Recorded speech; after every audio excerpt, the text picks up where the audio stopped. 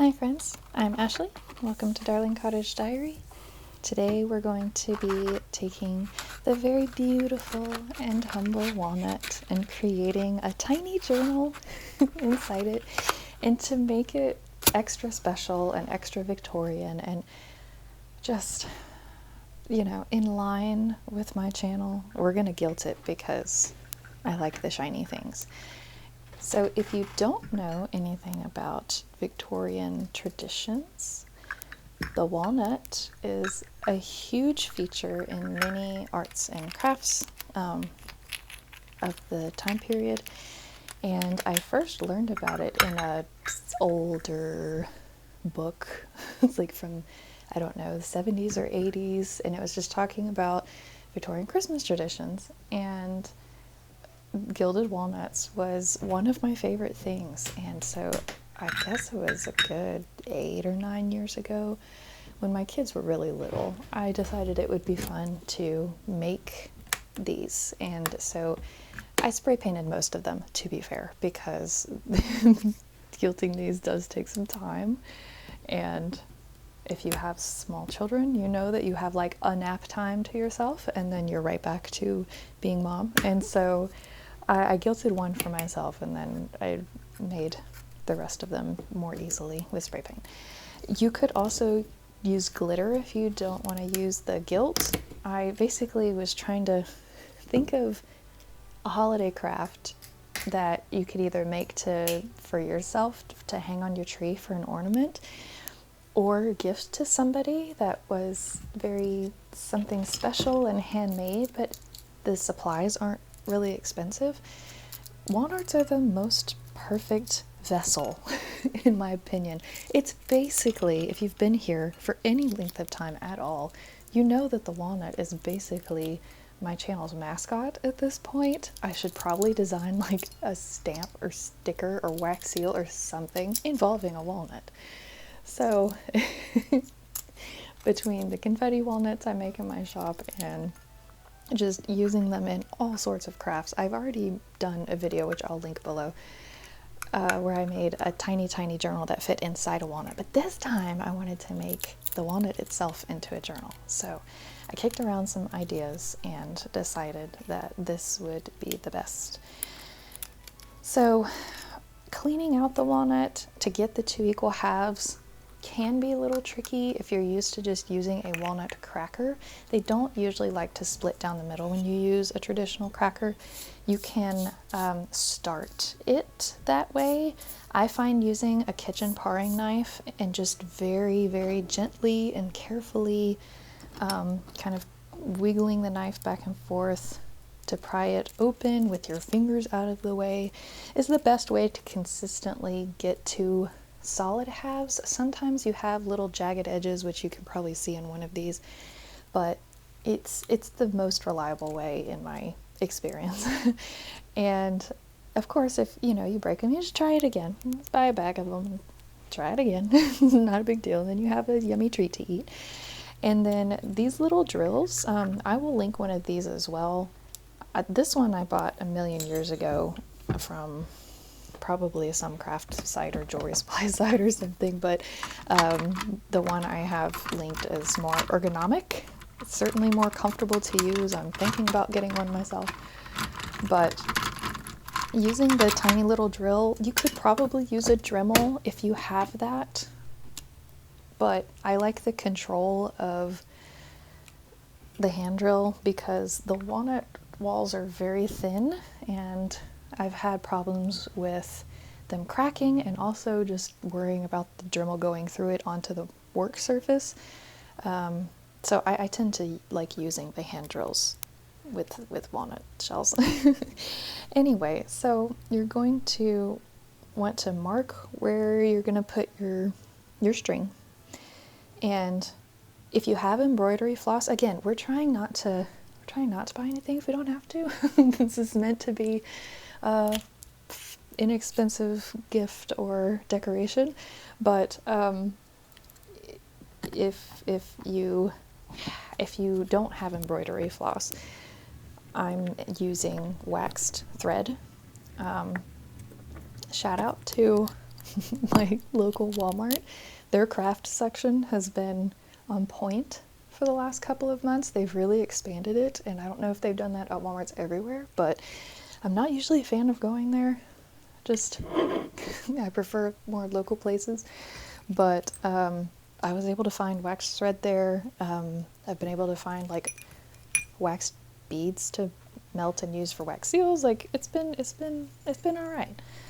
So the wax thread does behave the best when you're doing any kind of journal binding, and especially hand binding, because it doesn't fray, it doesn't fight you trying to put it through the holes. It's a better material, and it's quite cheap. I think this cost me like $1.50 for a big roll of it. So using those, once you cut those, we're going to gilt the top of the shells. I'm just using Mod Podge, but if you have school glue, that would work too. Anything that does stay a little wet for a while, you wouldn't want to use something that dries super quickly, because it does take a little time to pat down the gilt leaf on top of it. So for once, we do want a glue that takes a little while to dry, and we don't have to worry about it warping any kind of paper here. So, or a tacky glue, like Aleene's tacky glue would probably work well here. Just anything that's going to get in all the little cracks and crevices, because we want that pretty texture to come through and be highlighted by the gilt leaf.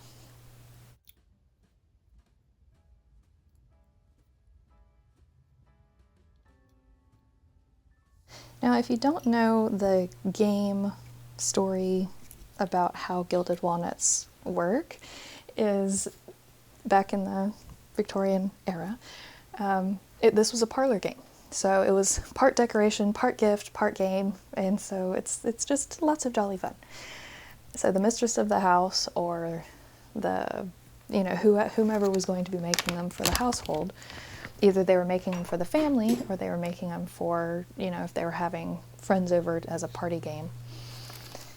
They would decorate the outside of the walnuts, crack them open like this, and clean the nuts out, decorate the outsides, and then fill them with candy or dried fruits, or like little bits of ribbon and buttons, or tiny little toys, or messages. Just a few words scrawled on paper, very similar to how fortune cookies work, right? And then you ever so slightly put a tiny bit of glue on the inside and put them back together so that it's easy to crack them open. You don't have to like break it really bad, and then you get whatever's inside. And particularly if it was the parlor game, where everybody would after dinner would gather around the tree and go choose whichever walnut they wanted, and that meant that was their fortune for the year. If they got wealth and abundance, or if they got a new romantic interest, or whatever it was, like their renewed faith, or it could have been whatever the people who made them wanted it to be for everybody. And so it's a really fun game. If you want to make a bunch of these, you can also obviously fill them with treasures. It's very fun to play this with kids. Like I said, I made a big mass box of these, and we had them hung all over the tree, and they had like goldfish and candies, M&Ms and stuff like that in them, and peppermints, and tiny little like Polly Pocket sized dolls. And there was one that was left, because I had also done well wishes too, because we had friends over and all kinds of things. And the one that I did not crack open, I reused as an ornament for several years, because I just liked it. It was the one that I had covered with gold gilt, and it had a little pine cone charm on it, and it was just pretty, and I honestly forgot what I had put inside that. I was just keeping it hung up and hoping that food wasn't in it, or if it was food, it wasn't gonna like rot and smell.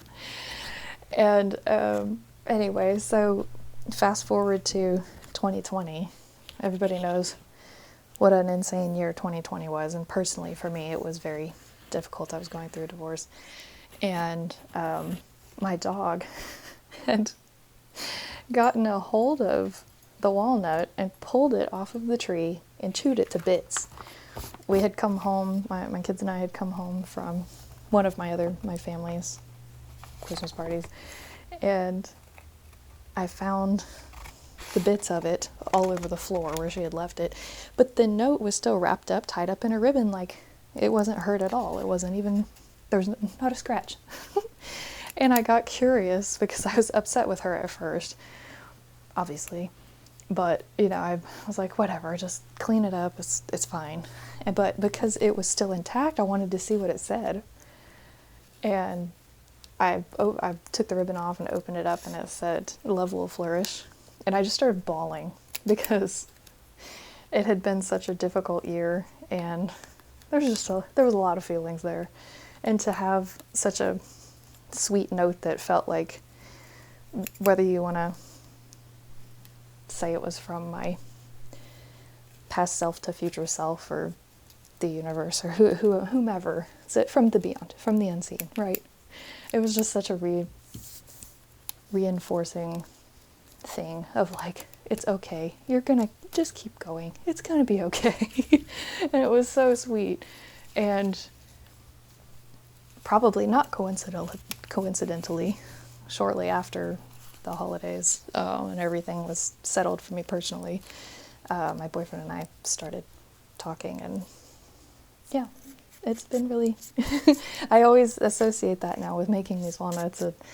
It's a really sweet memory, and I imagine if you make these and play that game, similar will happen to you, because it was a someone walked over my grave moment. It was like I started crying, but also I got those weird chills that you don't get from like it's a draft. Anyway, have you ever had something like that happen, particularly around the holidays, of just an animal or just something giving you a message that doesn't make sense, but you feel it anyway? I love those moments. They don't happen all that much, and half the time you don't believe them because your logical mind is trying to take over. And but I love hearing stories like that, so I thought I would share. Anyway, continuing. It does take a little bit for the gilt to dry. It wouldn't have come away at the edges as much as mine did had I let mine dry all the way, but I wanted to get this video out on time. So I'm just going through and poking the glue and the gilt open so that I can string everything together. And that paper that I was using, by the way, that was just regular printer paper, offcuts from my shop orders actually, that I don't want to throw away, and I just dyed them, I stained them with black tea and let them dry on baking sheets, and they make the perfectly aged pages that I like. And then this little awl, obviously you can use a sewing needle or something like that, but an actual awl does work pretty well. I've found them pretty cheaply at thrift stores, and I don't think they're very expensive at craft stores either. So we are sticking with something affordable to make, but is very beautiful and looks expensive.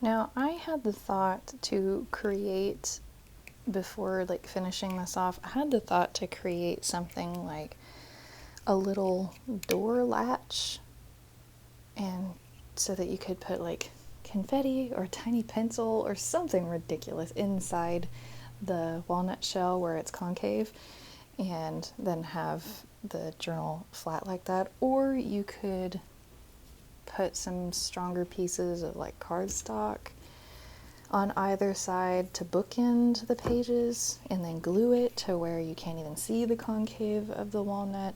Or even further, maybe you could line the inside of the walnut with like polymer clay or something and paint a little scene in there. Like, there are so many possibilities that I would like to explore myself, but I ran out of time to finish making this.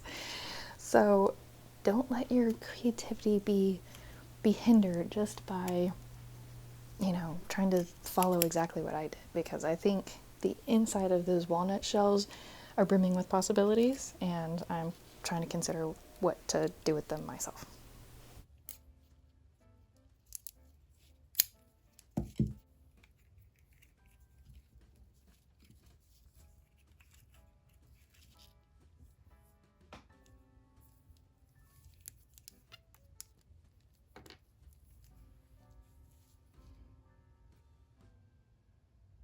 Now, keep in mind too, if you want to turn this into an ornament, simply take a little bit extra of that ribbon and glue it to the inside top of one end of the string on one side and one end of the ribbon on the other shell, so that when you open it, it could still hang, open or close. I think that would work nicely. And then whenever you are putting the ribbon on there, you're gluing the ribbon, make sure you close it, practice close it, because it's going to want to stretch the glue a little bit, and so you'll need to do that, because otherwise if you let it dry super open, you won't be able, like, the ribbon will be too heavily in place, you won't be able to close it completely. So yeah, just work with it a little bit. While E6000 takes a few minutes to set, so I think that would be a good working window. I was able to get mine nice and malleable, and then tie it before it completely finishes drying, so that it dries in the closed position, which is the most stretched it will be, and that way when you open it, you don't have that issue. Now, this looked pretty, but also it served a purpose of holding it still, so I could put the finishing touch, a tiny little gold charm on here. I had to go with the cameo because it's so Victorian, and the black and white and pearls and everything just contrasted so well. So if you made it to the end, please leave me a ribbon or a nut or a sparkles or some kind of emoji to let me know you made it to the end. And tell me your favorite traditional type of like holiday craft, of just winter holiday craft. So some people like making ornaments or Christmas cards or whatever it is.